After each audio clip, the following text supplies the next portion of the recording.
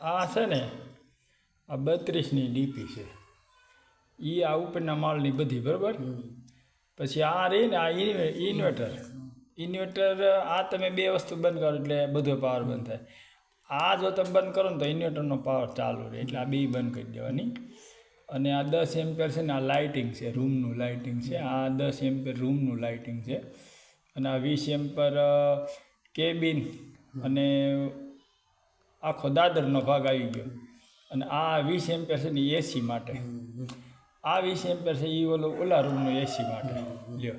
અને આ તમે બંધ કરો ને એટલે ઇન્વર્ટરમાં પાવર શરૂ રહે એટલે ઓબલિંગ થયા કરે. જોયું આમાં જો દેખાય છે. એ આપણે બંધ કરવા માટે ઇન્વર્ટરની સ્વિચ બંધ કરવી પડે. કે શું થયું આ એક જોઈ લે તોય આમ ટમકડા દેખાય ને. તો ઇન્વર્ટર ચાલુ હોય ને એટલે આ પ્રશ્ન રહે. હવે તો ઇન્વર્ટર આપણે બંધ કરી એની એમસીબી બંધ કરશો તમે આવડિયા.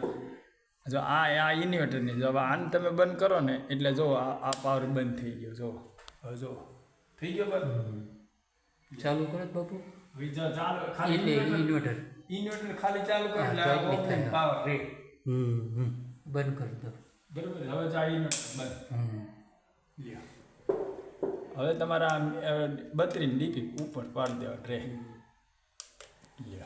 આ બે વસ્તુ રહી, આ બે ધ્યાન રાખવું પડે એમ કહું. ઓકે.